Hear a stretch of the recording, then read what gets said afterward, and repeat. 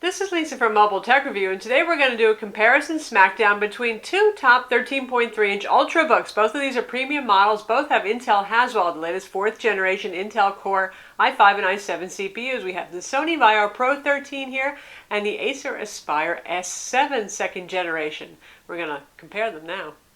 So here you have it, two premium Ultrabooks, obviously both very thin, same footprint, 13.3-inch displays, both running on 4th generation Intel Haswell ULV CPUs. They're both available with Core i5 or Core i7 CPUs, your choice. SSD drives, fast SSD drives at that, and 4 or 8 gigs of RAM depending on which machine you're talking about. So how do you choose between these two? First off, Sony, they're not known for making inexpensive products, are they? But the Vaio Pro 13 actually is a bit less expensive. It starts at $1249. For that, you get the Core i5 4200U, 4 gigs of RAM, and a 128 gig SSD drive. Now, with our Acer Aspire S7 2nd generation, the list price starts at $1499 for the same Core i5 CPU. You do get 8 gigs of RAM instead, though, and 128 gigs of storage. Now, of course, Acer is often discounted by retailers, and also Sony sometimes has sales, mostly for their up-configured models. And that means if you want to get it with a Core i7 or with more RAM or a bigger SSD drive and you do a build to order, you can generally knock some money off. Like right now, they're having $100, $200 off some options on it. But still, overall, going by list prices and by currently street prices, the Sony Vaio Pro is actually the cheaper machine. Acer, well, it costs a little bit more in part because of the fancy Gorilla Glass 2 top that we have right here. It's probably a more expensive design to make. If you look at the Core i7 models, which have 8 gigs of RAM and 256 gig SSDs on each of these guys, and that's the Core i7 4500U, then the Sony actually is more expensive for the pre-built model. That lists for $1799 versus $1699 on the Acer. Again, with Sony, if you want to just build to order your own instead with those exact same specs, you'll probably find it for closer to $1,600. Go figure. It's a little bit silly the way that works, isn't it? They're both very thin, very light machines. The Sony Vaio Pro is 2.34 pounds. It's just about got to be the lightest 13.3-inch notebook on the planet right now. The Acer is quite light too, at 2.87 pounds. So 2.34 versus 2.87. Neither of these is going to give you a hernia. Let's put it that way. They're both incredibly light. They're lighter than the MacBook Air 13-inch. The Sony achieves this lightness by having carbon fiber. All carbon fiber here. It's very nice looking. It's matte. It does pick up some fingerprint oil. It's a nice looking machine overall, but really light. Now, the drawback to carbon fiber is not that this is really a problem for the product in terms of its durability, but it freaks some people out that there is some flex. Now, when it's closed like this, you can't flex it at all, but if you open it up, you can actually flex the display panel a little bit. Could be disconcerting. There it is. But still, it's designed to be flexible so it bends instead of breaking, and that generally speaking works. If somebody slides their chair back in front of you on the airplane and hits your display, it'll probably just torsion instead of going crack. That's the idea behind it. With the Acer, this is for you people who like that really rigid feel. It's rigid, it's made of aluminum, it's aluminum on the bottom, painted white. It might not look like aluminum, but it is all aluminum in the keyboard deck. And of course we have our Gorilla Glass white panel here. So that brings in an element of delicacy too. I mean, yes, it's Gorilla Glass, but it's still glass. So I have the urge to be a little careful with this, just like I do with the carbon fiber Sony, just because it feels just so light that you think it must be delicate. We'd open them up and take a look inside. Now from the side view here, this is as far back as the Sony goes. Both of these have IPS displays with near 180-degree viewing angles, so you really don't need a whole lot of angle just to make the screen look good and viewable. But for those of you who, use these in odd situations or positions, there it is. This goes pretty far back, that's as far as it goes. Now the thing about the Acer is it does that nifty double hinge mechanism there, goes completely flat. So there's one difference for those of you who find that useful. Certainly they're both attractive enough looking machines. Obviously the Sony here is in black. It is also available in silver. They call it white. It's really mostly silver. And the Acer is just available in white. Now as we take a look inside, you can see these both have very nice displays. Both have IPS displays, like I said. Very nice, very colorful, very bright. 350 nits on the Acer. We're measuring 320 on our Sony Vaio Pro 13.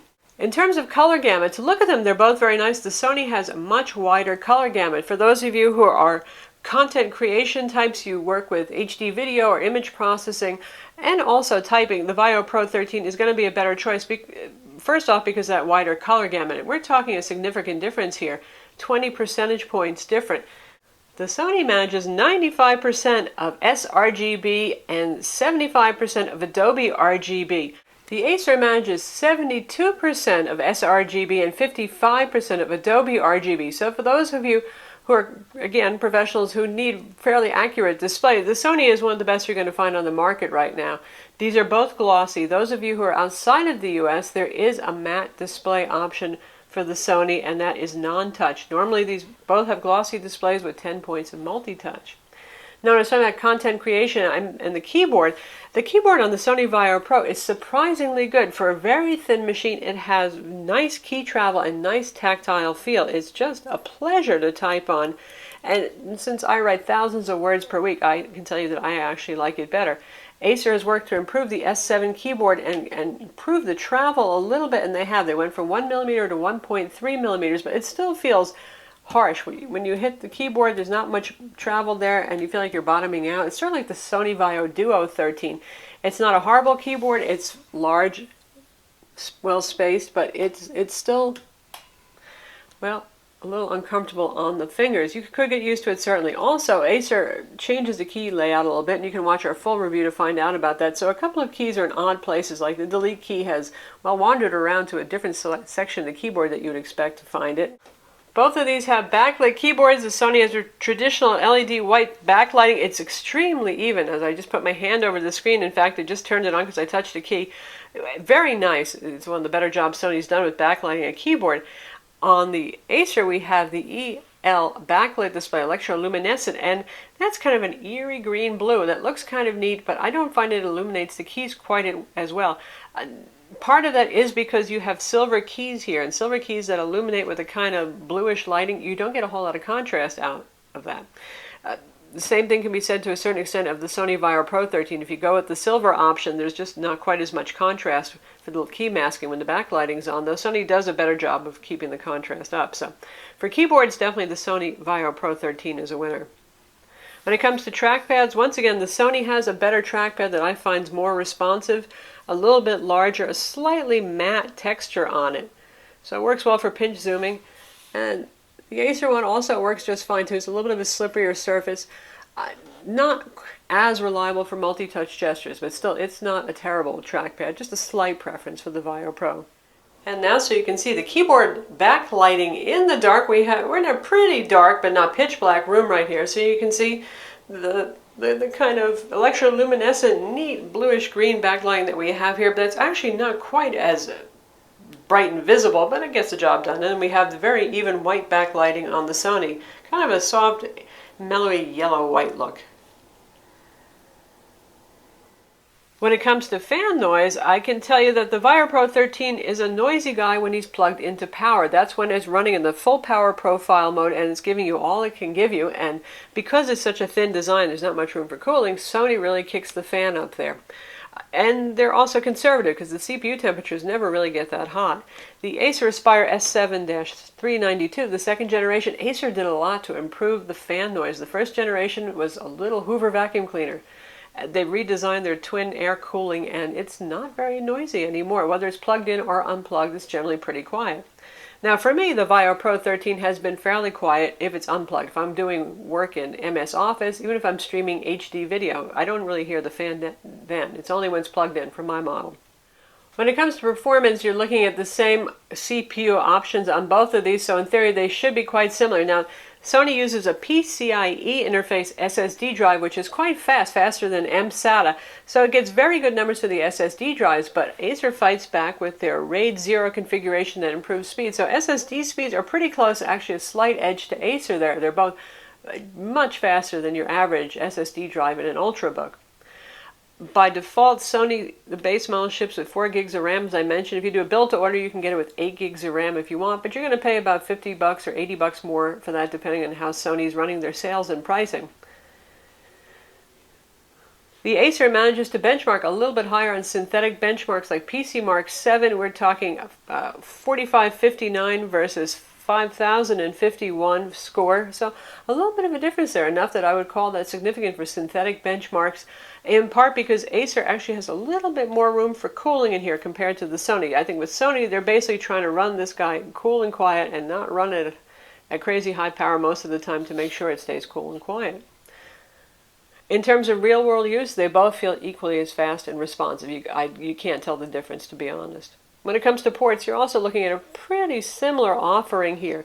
On the Sony, you can see we have a full-size HDMI on this side, USB 3.0 port, another USB 3.0 port, our combo mic headphone jack, and an SD card slot, where the SD card goes in all the way. I have one in there right now. You can really hardly see it sticking out. Here on our Acer, we have a proprietary port that looks like a mini display port, but isn't. Full-size HDMI, our USB 3.0 port, and our audio jack. Turning around to look at the other side, that's the charging port right there. That's the power button. This is another USB 3.0 port, and this is our SD card slot that has a blank in it right now. And if you put a card in there, it sticks about halfway out. On this side, the Sony has just a vent, and this is the power port right here. One thing I will say is Acer tried to move their power button over here to get it out of the way because it was too easy to hit in the last model's design. It's a very weird power button. It hardly moves at all. I think they rely on the fact that when you, by default, open up the lid, it's going to turn on and shut down, that kind of thing. But it's actually easy to hit still here. If you're going for your USB port or if you're plugging the power in, it's pretty easy to bump that. Sony has a more normal power button on the keyboard deck. You're not going to get in trouble with that by accident. As we look at the underside here, we can see that you got stereo speakers over here with the Dolby audio. The Acer S7 is louder. It's still a little bit shrill and tinny if you bring the volume up anything over 50%, but it is a little bit louder than the Sony, whose speakers fire from underneath the keyboard area. Not quite as loud, but not as harsh or shrill either. Also, while we're looking at the bottom, the Sony, there's a little connector here under this rubber door, and you can put an optional sheet battery on this. Now, when it comes to battery life, the Acer Aspire S7 second generation is much improved, as we noted in our full review, about 6 hours on a charge now. With the Sony, we do about 6.5 hours, so still a little bit better there, even though the Acer has the higher capacity battery inside. Pretty interesting, that. With significantly different battery capacity. We're talking about 4,700 approximately versus over 6,200 milliamps in the Acer, but Sony does manage to last longer. Again, I think it's their power management. They're not running the CPU full bore whenever they can help it. That makes a difference. So with the Sony, the optional sheet battery can double runtime, so you're talking insane actual screen on use time somewhere between 10 and 12 hours easily with 50% brightness on the display. We're still waiting word from Acer as to whether the sheet battery they made for the last generation S7 will work with this guy to extend battery life further. With the last generation S7, they essentially made the sheet battery to make up for the abysmal run times, so they might not see it as necessary this time around. We'll find out. We'll put that information in our full written review. Both machines have Intel Wi-Fi 7260N, that's dual band 802.11 BGN Wi-Fi. Now with the Sony Vaio Pro 13, there was some problem with Wi-Fi when it first came out, but for us, driver update that Sony put out fixed that problem, and it's been quite reliable. And that's the same Wi-Fi module that you'll find in the Acer Aspire S7. For me, they have performed identically. They both have Bluetooth 4.0, and the Sony also has NFC. Both have decent webcams above the display, and as you'd expect, these are full Windows machine running Windows 8 64-bit. Both of these machines are also running with Intel HD 4400 integrated graphics. It's a new graphics chipset for Haswell, and it does show a bit of improvement over the last generation Ivy Bridge, whereas the CPUs are pretty much the same when it comes to Ivy Bridge versus Haswell CPUs. Graphics is a little bit improved. So you're looking at the same option on both of these when it comes to integrated graphics as well. So that's the Sony Vaio Pro 13 versus the Acer Aspire S7. Obviously, either way, you're getting a very nice product with full HD displays, backlit keyboards, the latest processors inside. In part, it's going to come down to a matter of personal preference. Do you like glass or do you like carbon fiber? As you've noticed, I find a few things better about the Pro, especially the lower price. But again, I would not be sad if somebody sent me home with an S7 and said, you have to use this. I'm Lisa from Mobile Tech Review. Be sure to watch our video reviews of each of these products, read our written reviews, and subscribe to our YouTube channel.